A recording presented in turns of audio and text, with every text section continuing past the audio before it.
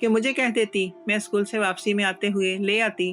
اماں نے سر جھٹک دیا، کہنے لگی 1000 بار کہا ہے، تم ہی تو کہتی ہو کہ مجھے کام پر نہ لگایا کریں، میں تھکی ہوئی ہوتی ہوں، بازار میں رکنے کی ہمت نہیں ہوتی، اب بیچارہ اویس کام کرتا ہے تو تمہیں اس میں بھی پریشانی ہے۔ اماں نے سودے کی پرچی اور کچھ پیسے اویس کے حوالے کر دیے، پھر اس کے جانے کے بعد کہنے لگی کہ تمہیں اگر اویس اتنا ہی برا لگتا ہے تو کم سے کم دوپٹے کا ہوش ہی کر لیا کرو۔ اماں کی بات سن کر میں زور سے ہنسی اور کہا کہ مجھے تو جوان لڑکے نہیں دیکھتے، یہ بچہ کیا دیکھے گا؟ اس غریبی کی بدولت میرا حسن اور میری جوانی سب بیکار ہو چکا ہے۔ میں نے اپنے اندر کی آگ کو لفظوں میں اماں کے آگے اگل دیا تھا۔ میری بات سن کر اماں خاموش ہو گئی تھی۔ وہ بھی جانتی تھی کہ میں کیا چاہتی ہوں، لیکن جو میں چاہتی تھی وہ کرنا ان کے لیے ممکن نہیں تھا۔ وہ کسی صورت میری شادی کے حق میں نہیں تھی، اسی لیے میں واپس کمرے میں آ کر بند ہو گئی تھی۔ زندگی اسی طرز پر گزر رہی تھی، بس یہی معمولات تھے کہ ایک دن میں گھر پہنچی تو حیران رہ گئی۔ اماں کی آنکھوں میں آنسو تھے اور وہ دوپٹہ لپیٹتی باہر کی طرف نکل رہی تھی۔ میں نے اماں سے پوچھا، تم اتنی گرمی میں کہاں جا رہی ہو اور یہ رونا کس بات کا ہے؟ اماں کہنے لگی، بیچارے اویس کی ماں گزر گئی ہے، اس کا اپنی ماں کے سوا کوئی نہیں تھا، اب اکیلا کیا کرے گا؟ اماں کو اس کا دکھ ستا رہا تھا اور میں حیرت سے اماں کو دیکھ رہی تھی۔ اماں کو پتہ نہیں کیوں اویس سے اتنی محبت تھی، ہمدردی تھی کہ اس کے غم میں خود آنسو بہا رہی تھی۔ اماں مجھ سے کہنے لگی کہ تو بھی چل، محلے دار ہے ہمارا، اتنا خیال رکھتا ہے، اس کے غم میں شریک ہونا تو ہمارا بنتا ہے۔ میں نے اماں کے آگے ہاتھ جوڑ دیے اور کہا، اتنی گرمی میں تم ہی جنازے میں شرکت کو جاؤ، میں تو سونے جا رہی ہوں۔ اماں نے ایک ٹھنڈی نظر مجھ پر ڈالی اور گھر سے نکل گئی۔ مجھے نہ ہی اویس سے کوئی ہمدردی تھی، نہ ہی اس کی ماں کے مرنے کا کوئی دکھ تھا۔ میرا اس سے واسطہ ہی کیا تھا؟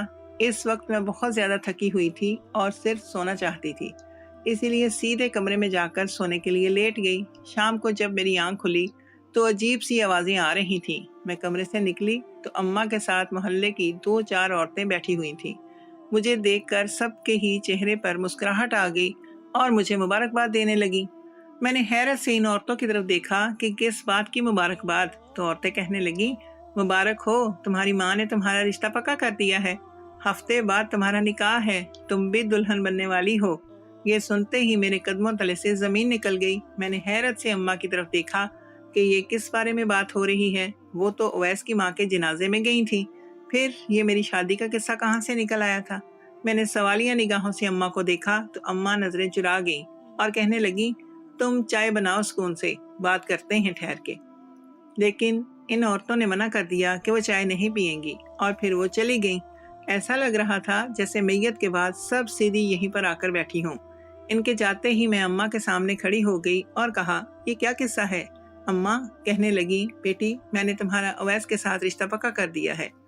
دراصل ماں کے مرنے کے بعد وہ بالکل تنہا ہو گیا ہے، اس کے آگے پیچھے کوئی نہیں ہے، بہت اچھا بچہ ہے، اسے سہارے کی ضرورت تھی، تم سے نکاح ہو جائے گا تو میں اسے بھی یہیں رکھ لوں گی۔ وہ تو کرائے کے گھر میں رہتا تھا، اس کی ماں جیسے تیسے خرچہ اٹھا رہی تھی۔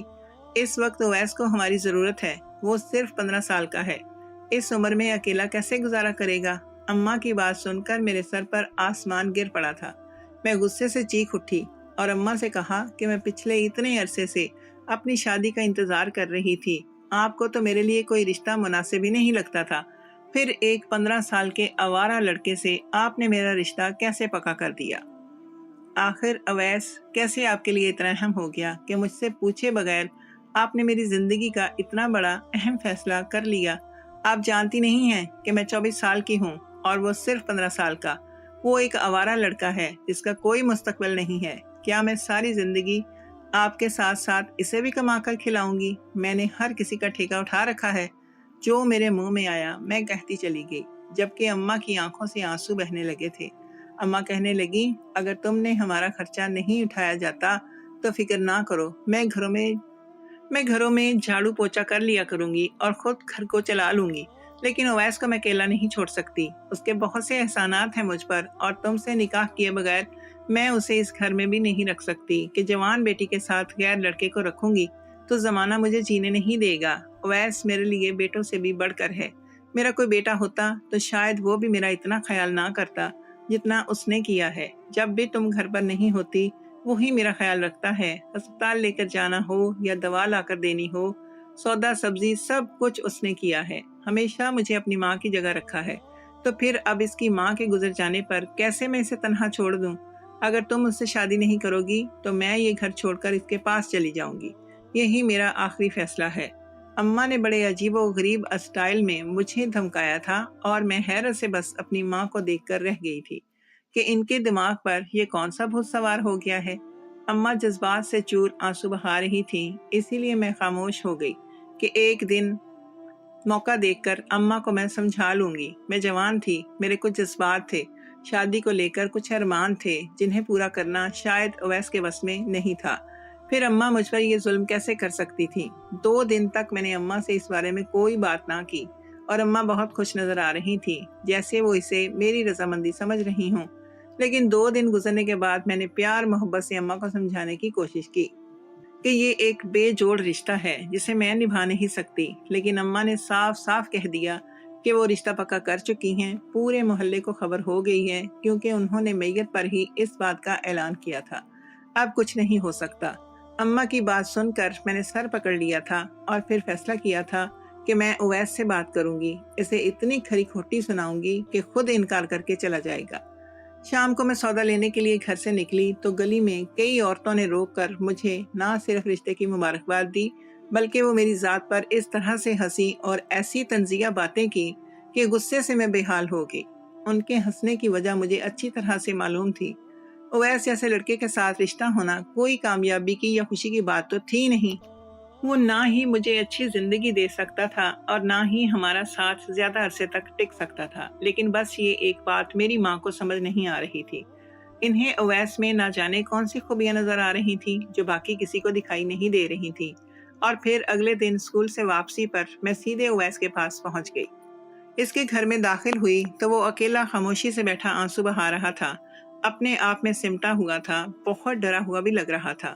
میں اس کے پاس بیٹھ گئی۔ اس کی حالت دیکھ کر میں نے غصہ کرنے کا ارادہ ملتوی کر دیا تھا اور پیار سے بات کرنے کا سوچا تھا۔ میں نے اس کے آگے ہاتھ جوڑ دیے اور کہا کہ اویس، میں کیسے تم سے شادی کر سکتی ہوں؟ تم بہت چھوٹے ہو، میرا تمہارا کوئی جوڑ نہیں۔ اس نے میری بات کا کوئی جواب نہ دیا، بس پھوٹ پھوٹ کر رونے لگا۔ وہ اس طرح سے رو رہا تھا کہ میں اس کے آگے کچھ نہ کہہ سکی تھی۔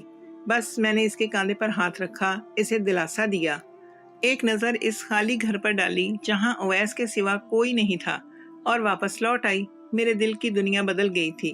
ہمیشہ انسان اپنے بارے میں نہیں سوچ سکتا، کبھی کبھی کسی دوسرے کے بارے میں بھی سوچنا پڑتا ہے، اور یہ وہی پل تھا جب مجھے اویس کا خیال آ رہا تھا۔ وہ 15 سال کا تھا۔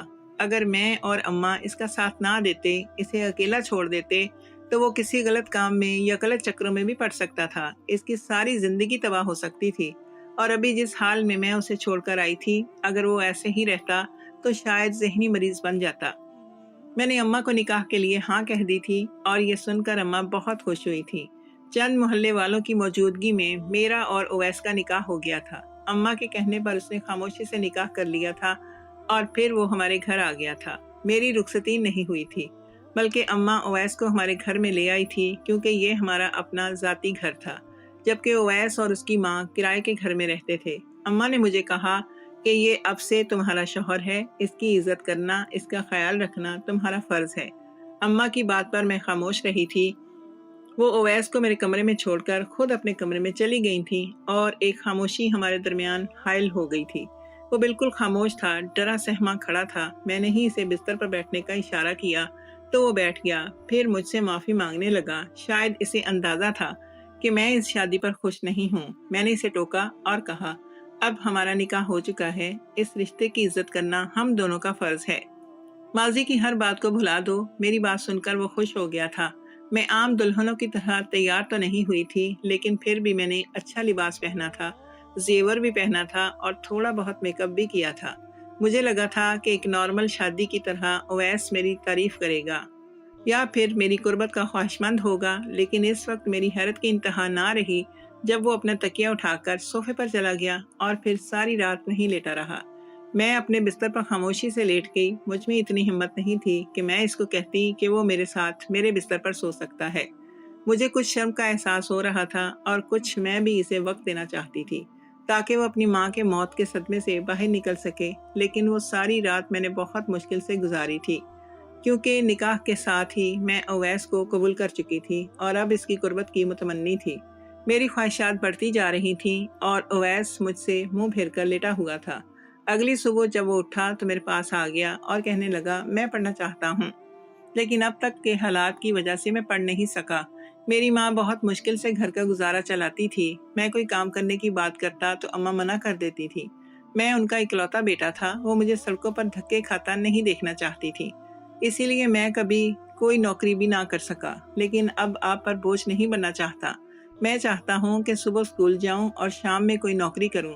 اگر آپ میرا ساتھ دیں گی تو میں اپنے پیروں پر کھڑا ہو جاؤں گا۔ اس کی بات سن کر مجھے احساس ہوا تھا کہ وہ آوارہ نہیں تھا، بلکہ بہت ہی احساس کرنے والا ذمہ دار لڑکا تھا۔ شاید اس کی ماں نے اپنی مامتا میں اسے ناکارہ بنا دیا تھا۔ اس کی بات سن کر مجھے خوشی ہوئی تھی۔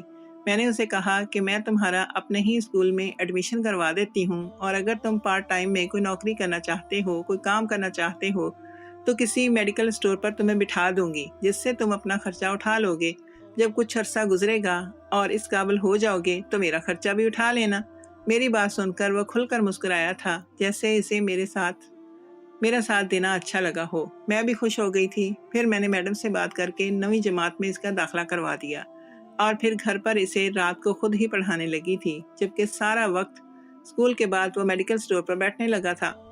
میں نے دیکھا تھا کہ وہ بہت ہی ذمہ دار تھا اور پڑھائی پر بھی محنت کر رہا تھا، لیکن نہ جانے کیا بات تھی کہ اسے کچھ یاد ہی نہیں ہوتا تھا۔ شاید کہ بہت عرصے بعد اس نے کتابیں کھولی تھی، اسی وجہ سے یہ مسئلہ ہو رہا تھا۔ میں اس کے اوپر بہت توجہ دے رہی تھی، بہت کوشش کر رہی تھی، لیکن نہ ہی اس کے ٹیسٹ ٹھیک ہو رہے تھے اور نہ ہی اسے کچھ ڈھنگ سے یاد ہوتا تھا، جبکہ اس کی محنت میں بھی کوئی کمی نہیں تھی کہ میں اسے برا بھلا کہتی۔ پھر ایک دن یہی مسئلہ میں نے اپنی ایک ٹیچر سے کہا تو انہوں نے مجھے ایک حکیم کا پتہ دے دیا اور کہنے لگی کہ اس کی حکمت میں بہت دم ہے، یہ جسے بھی دوا دیتا ہے اس میں بڑی طاقت آ جاتی ہے، دیکھنا اویس کا ذہن بھی بہت جلدی مضبوط ہو جائے گا۔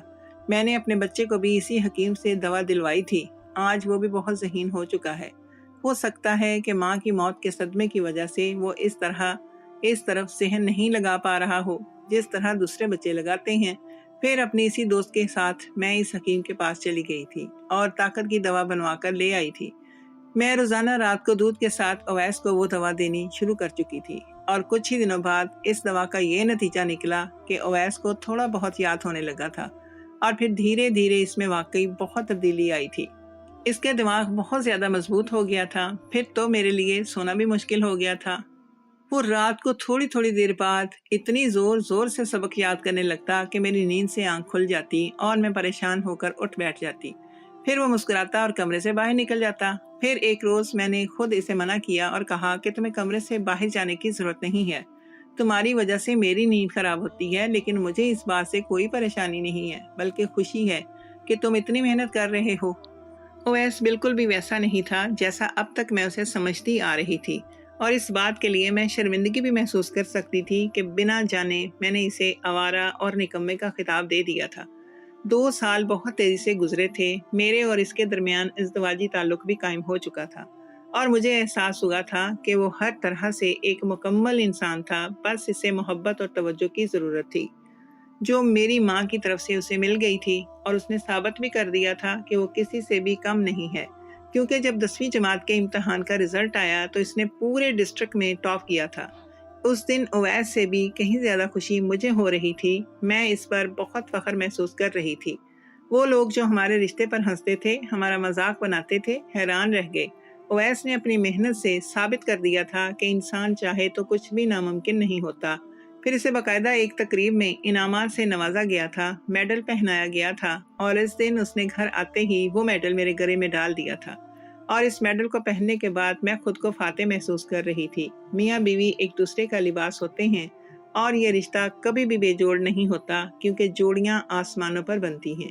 نکاح انہی کا ہوتا ہے جن کا نکاح قدرت کی طرف سے مقرر کر دیا گیا ہو۔ کسی کے بھی جوڑے کو بے جوڑ کہنا دراصل اللہ تعالیٰ کو ناراض کرنے کے برابر ہے، یا پھر اللہ تعالیٰ کے جوڑے گئے رشتے کو برا کہنے کے برابر ہے۔ اسی لیے ایسے لفظ منہ سے نہیں نکالنے چاہیے۔ آج ہم دونوں ایک اچھی زندگی گزار رہے ہیں،